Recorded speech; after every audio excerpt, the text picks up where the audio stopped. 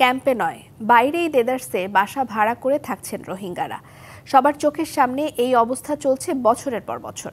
এতে স্থানীয় জনগোষ্ঠীর সাথে মিশে যাচ্ছে রোহিঙ্গারা। শ্রমবাজার দখল সহ ঘটছে নানা অপরাধ। নিয়ম ভেঙে রোহিঙ্গাদের বাসা ভাড়া দেওয়ার পক্ষে নানা যুক্তি বাড়ির মালিকদের।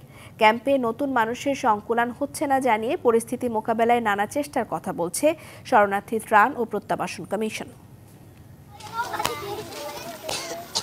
কক্সবাজারের উখিয়াতে ১২ নম্বর রোহিঙ্গা ক্যাম্পের উল্টো পাশের চিত্র এটি। কম করে হলেও এসব ঘরে ভাড়া থাকছেন ৩০টিরও বেশি রোহিঙ্গা পরিবার, যারা গত কয়েক বছরে মিয়ানমার থেকে অনুপ্রবেশ করেছে বাংলাদেশে।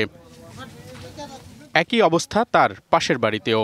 এখানে কমপক্ষে ২৫টি রোহিঙ্গা পরিবার ভাড়া থাকছে বহুদিন ধরে। আর ক্যাম্পের মধ্যে জায়গা চাইলাম, জায়গা ন পাইরার আমাদের রাস্তারাম ভাই বেশি করিয়া আছে। নিয়ম ভেঙে রোহিঙ্গাদের বাসা ভাড়া দেওয়ার পেছনে নানা যুক্তি বাড়িওয়ালাদের। মানে ওরা যদি ১,০০০ টাকা করে দেয়, না পারলে ১,০০০ টাকা করে দেয়, এরকম ওরা খুশি যা দেয় তা নেই। ওরা সবার বাড়িতে কারেন্ট আছে। বছর আনিকের ভিতরে মানে যারা আইছে এরা বাড়া চাইছিল, তেমন মানে আমার জায়গা আছে, তবে আমি এদের জন্য বাড়া বাসাই করছি। স্থানীয় জনপ্রতিনিধিরা বলছেন, ক্যাম্পের বাইরে এভাবে বাসা ভাড়া করে থাকায় রোহিঙ্গাদের ওপর নেই কোনো নিয়ন্ত্রণ। তাই ঘটছে নানা অপ্রীতিকর ঘটনাও। ওয়ালটন এখন দেশের সীমানা পেরিয়ে পৌঁছে গিয়েছে ৫০টিরও বেশি দেশে। ওয়ালটন, ঘরে ঘরে বিশ্বজুড়ে। ক্যাম্পে নেওয়া হয় নাই, সেইগুলা স্থানীয়দের বাড়িঘরে এবং বিভিন্ন লোকালয়ে তারা অস্থায়ীভাবে বসবাস করে আসতেছে। কোনো ধরনের ক্যাম্পে নেওয়া হয় নাই। চুরি, ছিনতাই, মাদক পরিবহন আর অন্যান্য যে অপহরণ, এইসব অপরাধের সাথে জড়িত হচ্ছে। সব রোহিঙ্গাকে নিয়ন্ত্রণের মধ্যে রাখার চেষ্টার কথা বলছে শরণার্থী ত্রাণ ও প্রত্যাবাসন কমিশন।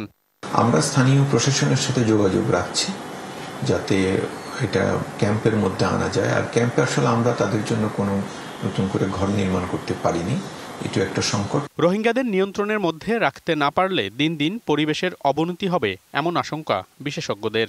একটা বিবেচনা করা যে আমরা জনপ্রতি কতটুকু জায়গা বা বাড়ি প্রতি কতটুকু জায়গা আমার প্রয়োজন, এবং সেই অনুযায়ী একটা প্রজেকশন করা, যাতে করে নিজেদের মতো করে রোহিঙ্গারা যাতে একেবারে যে কোনো জায়গায় বসতি না করতে পারে।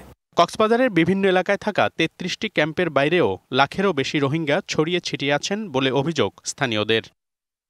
মনিরুল সোহাগ, ডিবিসি নিউজ, কক্সবাজার।